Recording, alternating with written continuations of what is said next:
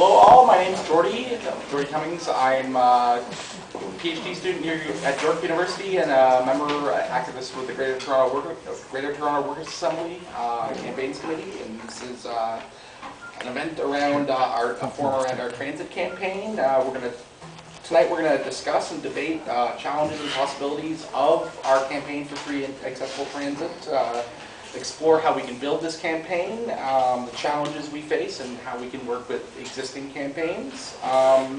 Just a little bit about the Greater Toronto Workers Assembly. We're anti-capitalist activists in the labour movement and various social justice and community organizations around Toronto.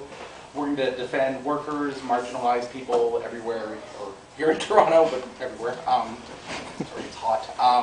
And all are welcome, both in the committee and in the campaign in general, and in the assembly. There are sign-up sheets right outside. Tonight we have 4 speakers.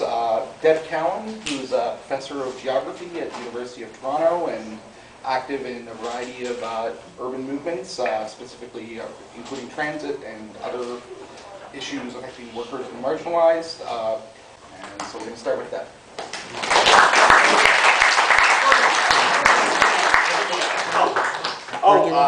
First, thank you, Carmen. But first, we have a video from the Scottish Socialist Party about their free transit campaign that we thought would set the mood for tonight. Thank you very much. See so many people out on a Friday after the month we've had in this city. It's really lovely. I was basically going to say all the same things, but like substitute healthcare in the G20. So I figure I haven't seen that film, but my partner's a Scot, so maybe it kind of entered my brain. Anyways, I was going to start with a quote, if you could, and it's literally a quote about healthcare. But I'll just start with it because it makes a similar point that the film made. So we've become convinced that these things, which were once thought to be radical, aren't radical at all. They're just plain common sense applied to the economic and social problems of our times. And that, of course, if you could hit that thing again, that'd be great. Tommy Douglas from 1962. I'm not saying we shouldn't do it because it is radical, because that's also good, but just to emphasize the point that I think a lot of people, when you say free transit, look at you like you're not sane. Certainly not in an era of budget problems and fiscal restraint and all that. But anything seems like that before it's done. And of course the film showed us that it's been done in a number of places. So this quote, which came from Tommy Douglas right in the wake of the success of the Saskatchewan public health reforms, came despite massive organized opposition from physicians and the medical associations, both in the province of Saskatchewan nationally and also in the United States. It also came despite the organizers being labeled both communists and Nazis. It just came despite accusations from prominent figures of both the, quote, uncivilized and undemocratic nature of decommodified healthcare. So public healthcare was not only implemented, of course, but it also became pretty formative and foundational to this country's sense of some kind of identity. With all the trappings of national identity, it's a citizenship that a lot of us understand as based more on an ethos or a politics rather than an identity or a bloodline. And it has been interestingly quite resilient to neoliberal reforms that have aimed to dismantle pretty much all forms of social provision and entitlement. And I raise this just to make the first point, which is that free transit, free and accessible transit is possible, which is, I think, a really important point to make. I'm going to make 3 other points, and some of them draw on some work I've been doing in the inner suburbs of Toronto. And this is what gets me into my second point, if you could flip, which is because it's necessary. Free and accessible transit is necessary. And I'd like to just make a statement that our current system is not just inadequate, but it's actually racist.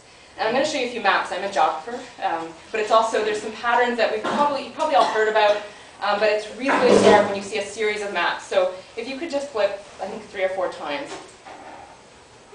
Okay, so that's first of all, that's income, not race, but I'll speak to the, do you want to just do that again? Because it's really, that was,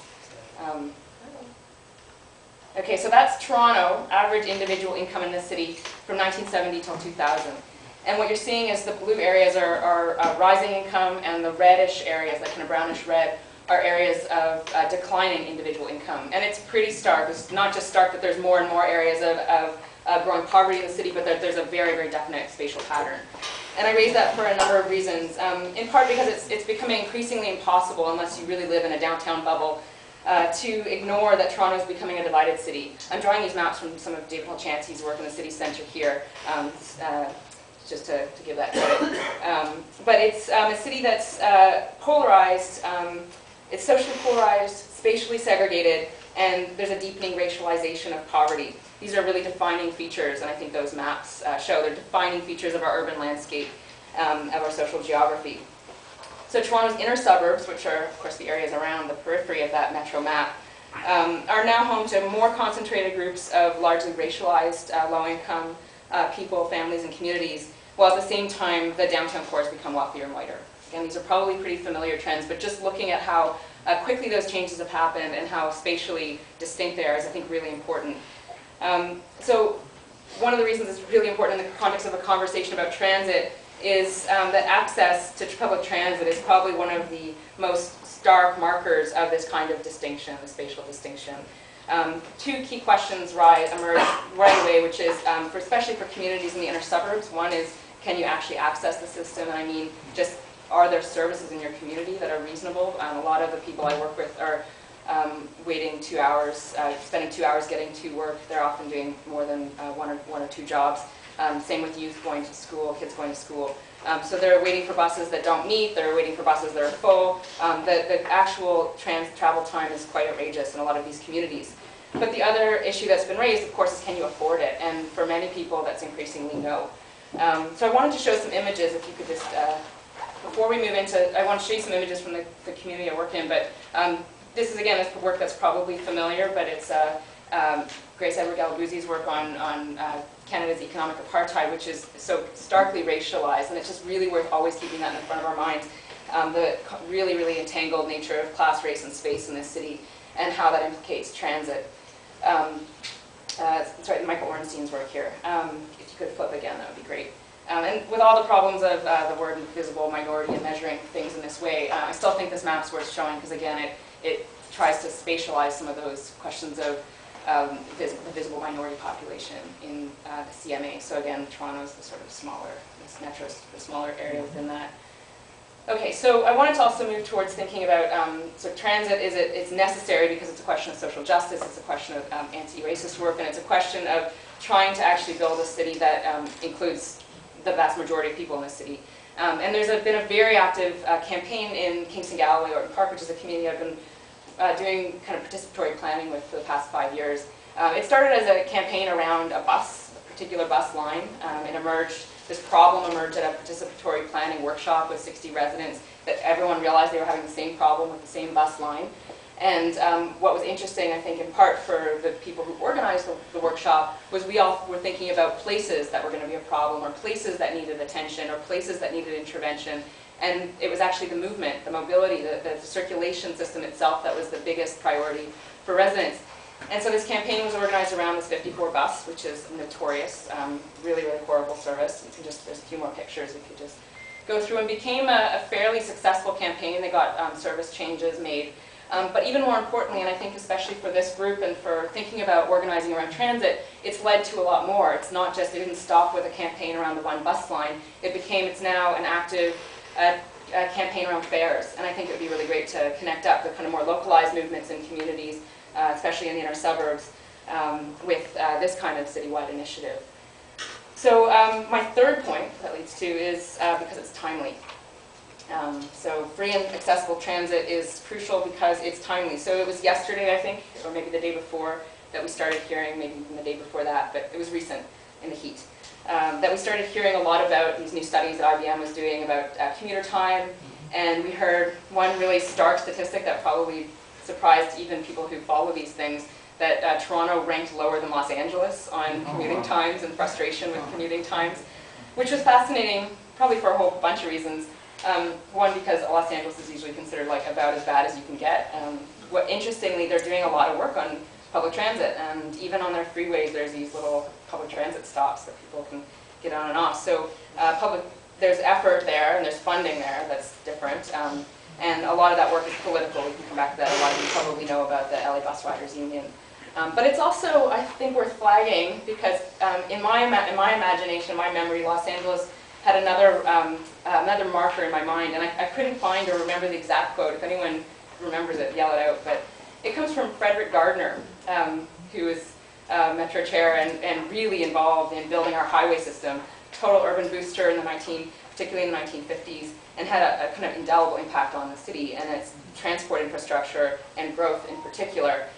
And there was a quote, it's something like, growth, more than you can imagine, growth, growth, growth, growth, bigger, better, more growth, growth, growth, growth. It goes on and on about growth, and there's a lot of growth in it. And then there's one place where it says something like, growth greater and larger and faster than anywhere in the world you can imagine, except possibly Los Angeles. So there was this great little caveat that this kind of vision, if you're thinking about growth through highway infrastructure in particular, through private automobiles, through the infrastructure for private automobiles, that Los Angeles was hard to beat. So I think it's particularly fascinating that that statistic came out just now. It's also more broadly a fascinating moment for people, for urban boosters, people concerned with the reputation of Toronto, because we now have a couple interesting reputations. The reputation for police abuse and reputation for traffic congestion. So I'm sure folks that actually ponder Oscar Wilde's statement about no bad press are maybe having some existential crises. But I think that this kind of thing is really not just the announcement about how badly we're doing on transit time, and even a few months ago when the budget cuts were happening to Transit City, there was a lot of debate, and even groups like the Board of Trade were chiming in, talking about the cost of congestion, fairly conservative arguments about why we needed to do something. I think that it's not hard to say that one of the dominant responses right now is the road tolls argument. The challenge with the road toll argument is it certainly doesn't really challenge the kind of modernist emphasis on private automobiles and investment in highways. It just changes how it's paid for and how it's financed. So I think on those levels, the timing is really interesting for thinking about a campaign like this, because on the one hand, it's just almost common sense for those people who study urban planning. For instance, Karen's son and I went to planning school together. That if you want to build environmentally sustainable, compact, socially cohesive, just cities, that you want to fund transit. You want to have good, sustainable transit systems. So that's just kind of one, almost banal and fairly kind of professional planning argument about supporting affordable, or in this case, free transit. But I also think, and I'm thinking through the case of my brother, which some of you have heard. That there are tons and tons of working people in this city that need to be in their cars. Sometimes transit issues and any kind of alternative transportation issues are presented as like only in the interest of downtown people who eat granola and ride bicycles and hate automobiles. And I just think that's such a limiting way of framing it.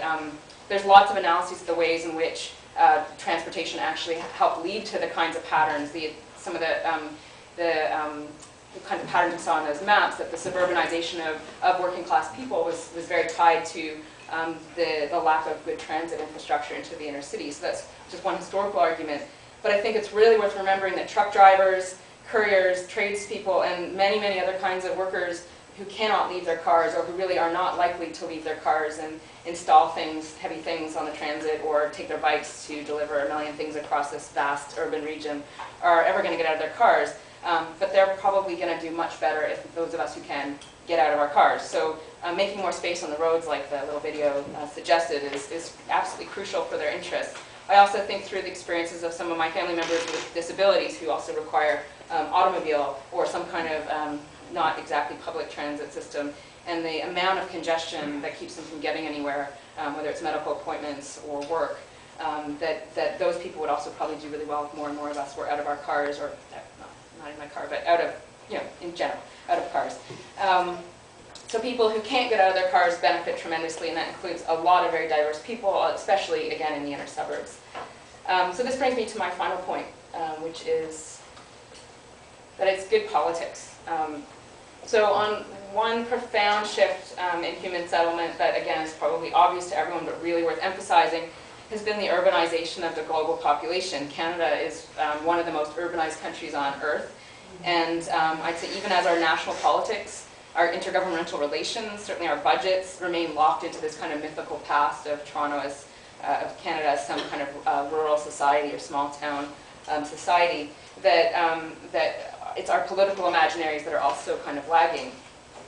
So these key divisions between kind of urban and rural Canada, the dominance of kind of rural politics in our national governments are all features of that.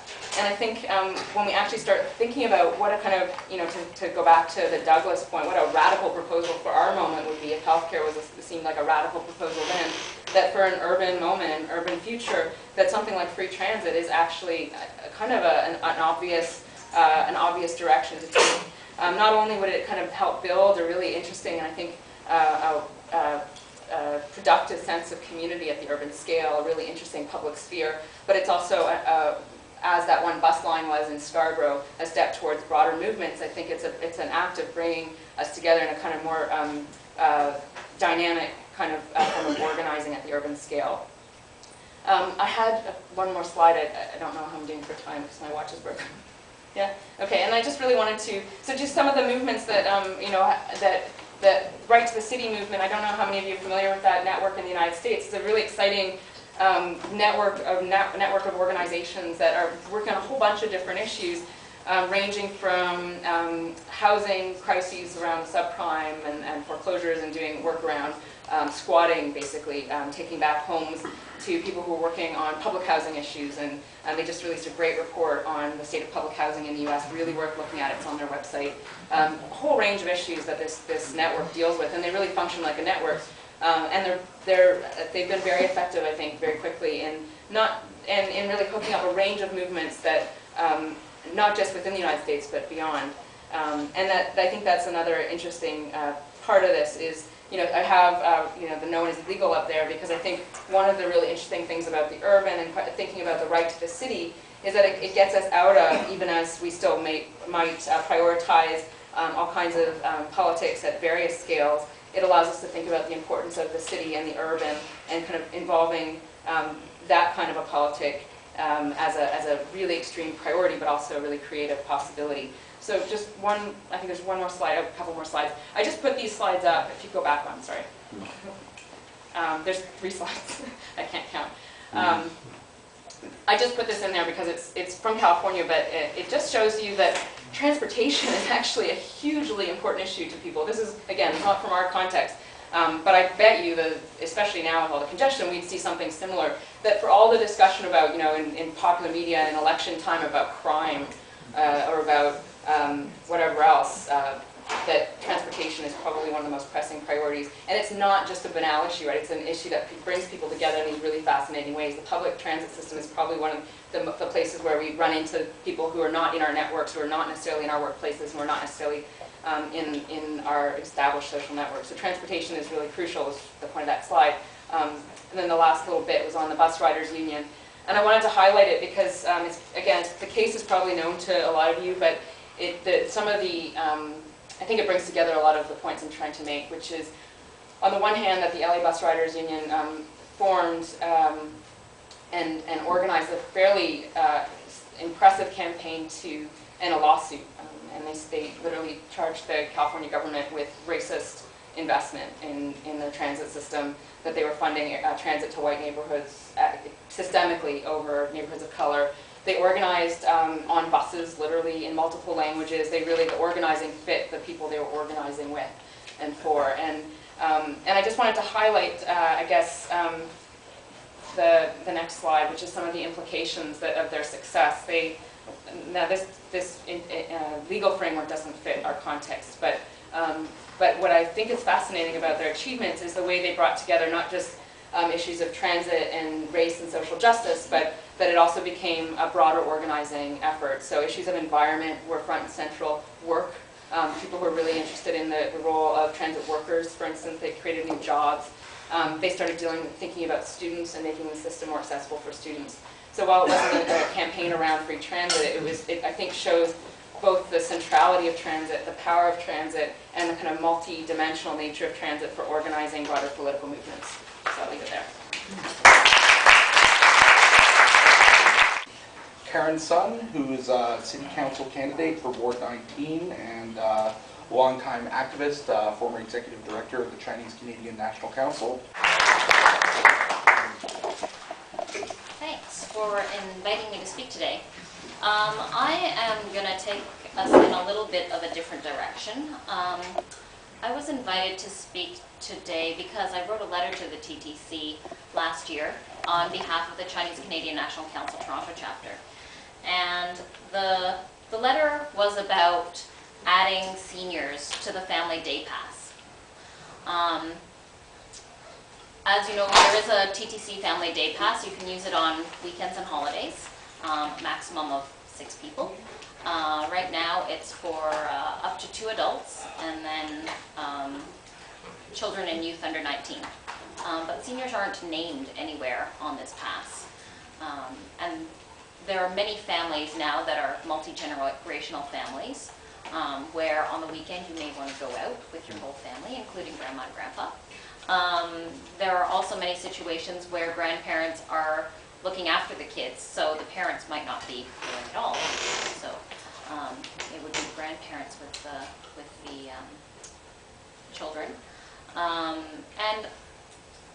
From our work with seniors, we found that isolation was a big problem. So I was thinking, if we had this day pass, that 6 seniors could get together if they lived in a senior's home or something and just go out for the weekend, get their groceries, do their errands, go to the park, whatever they want to do. So it took a while. I mean, it was quite a process for us to get to this point, so I'll give you a bit of the backstory, but that was kind of, that was the proposal. And I think everyone around the table thought free transit would be great. I think, we've heard all the good reasons of why we should have free transit. But I think we recognized that this wasn't going to happen tomorrow. This probably isn't going to happen in the next few years. So we wanted to propose some baby steps, and making transit more accessible to seniors was one baby step that we wanted to take.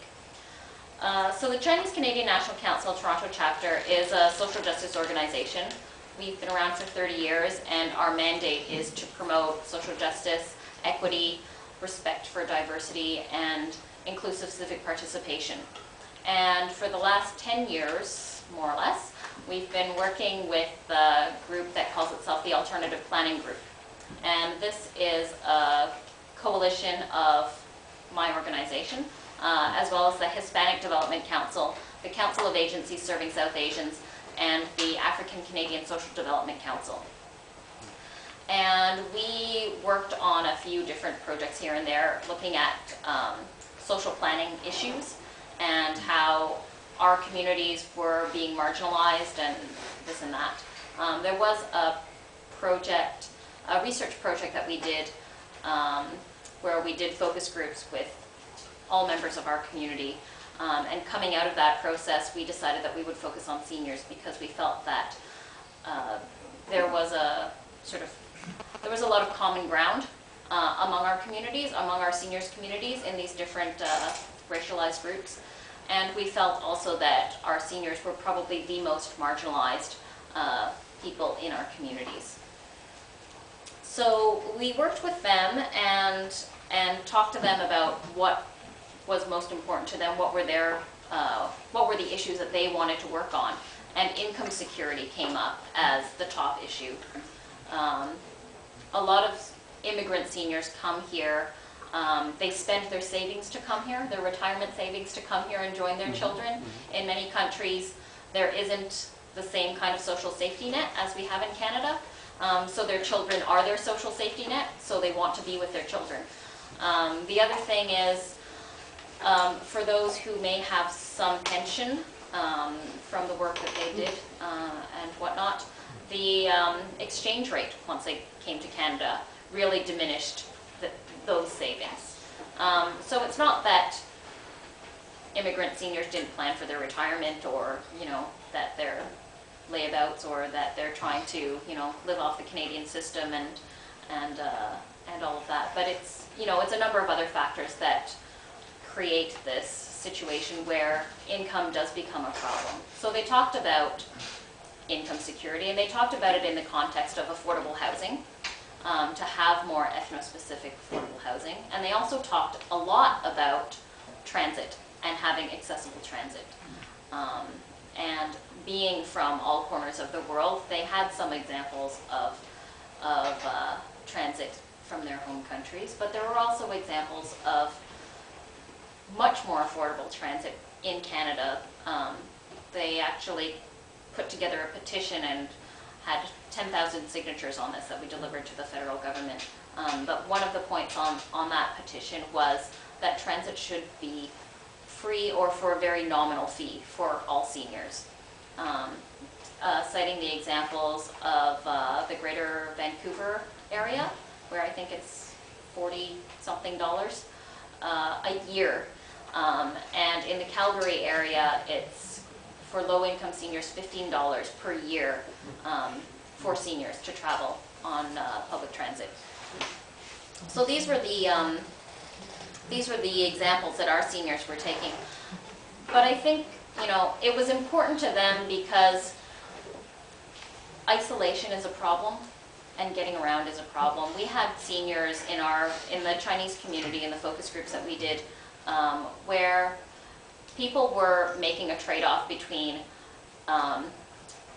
taking transit or buying food. People were making the trade-off between, you know, like staying home all the time or walking or, you know, saving up their transit tickets to go to a doctor's appointment and not going until they were really, really sick. So I think it has a lot of impacts on how people live and how people, you know, make their decisions, these sort of daily decisions. You know, in our seniors groups, a lot of Chinese seniors have a pretty good understanding of what community resources are out there, and they know which organizations will hand out free transit tickets for them to attend those events. And sometimes they'll choose to walk to those events just so they can get the transit tickets and save them for, you know, a rainy day, or if they do have to go to a doctor's appointment or something like that. So there is a lot of ticket hoarding. We heard from one woman who rationed herself 10 tickets per month, and she would walk 3 hours to go to different activities. She was very active and wanted to be involved in the community, but could only be involved if she walked. So she would walk for 3 hours there and back to different events. And I think, especially for seniors who may not speak English, who do have to travel to Chinatown, either in downtown Chinatown or out into Scarborough, if they're not living in those areas, you know, transit is really the only way for them to get around. Also for seniors who, you know, may not have driver's licenses, may not be able to ride a bicycle. You know, as you age, your mobility options decrease. So I think having transit as a real option for seniors is important in that way as well. So I don't want to go on for too much longer, but just to say that this letter did go to the TTC. I haven't heard back from them. Apparently it was presented in their meeting in December, and it went to staff for more research, and I don't know if it's ever come back. But I think it is a small doable thing to add seniors to the Family Day Pass. So that's all I have to say. And